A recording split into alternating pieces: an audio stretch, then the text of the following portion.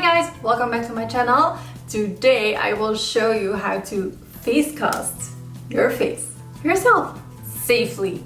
Spooky time is upon us and I've been seeing so many people make their own face casts using only plaster, which I do not recommend because first of all, plaster generates heat while it dries, so burn danger, red flag. And if you have sensitive skin, it's horrible. Just don't.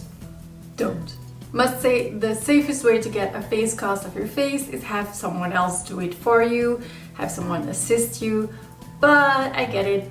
Maybe you're a loner like me and you just want to do it yourself. My go-to way is a layer of alginate on the face covered with plaster. Very important, do not do this at home alone because it can get very uncomfortable and you might experience issues with breathing if you don't do it properly. So just have someone with you.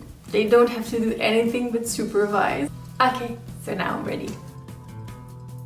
And here is everything you will need. Starting with this small little container and some clingy wrap.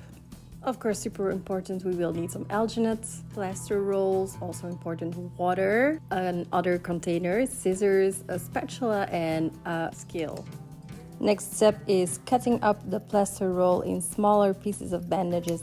I'm using middle-sized and smaller size depending on where I will place them. When all of it is done, it's time to measure our alginate.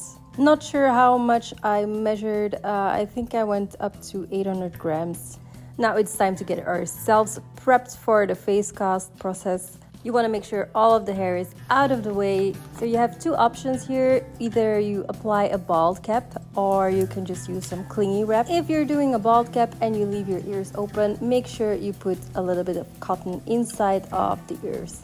I'm covering my entire head with clingy wrap and my ears are covered as well, so I didn't really need to put on a cotton belt, but I did want to show you the process because it is very important if you leave your ears open that you put a little cotton ball inside of them.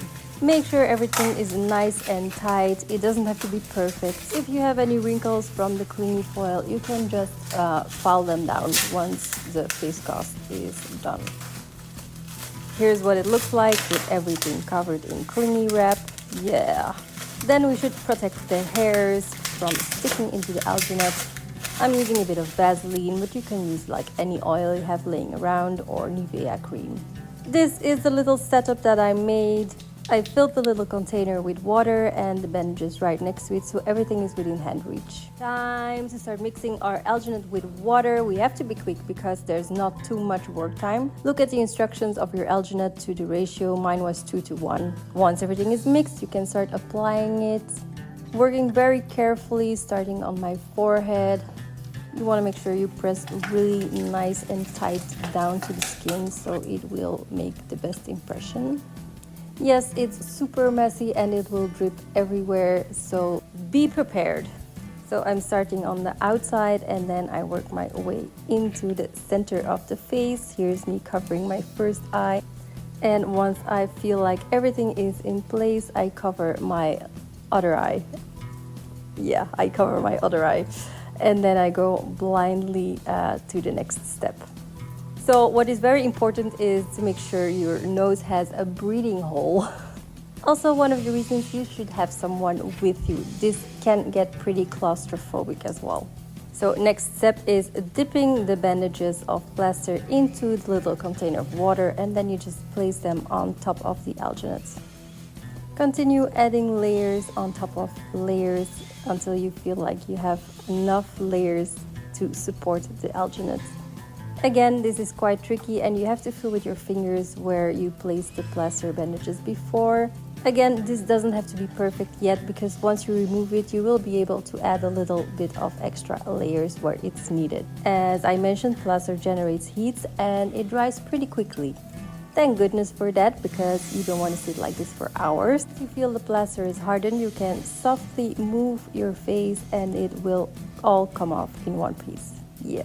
And there you have it. Here's your negative of your face. As you can see, there are some air bubbles or minor imperfections, but that's okay. We can fix that with a little bit of extra alginate.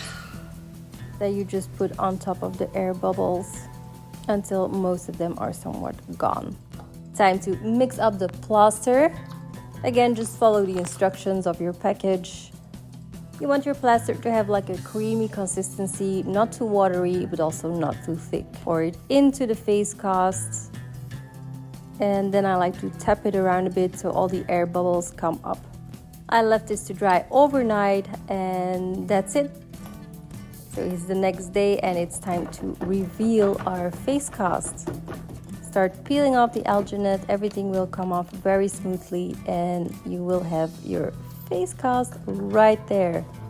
And now you can design all your Halloween creations on top of it. Yay! Good luck, guys!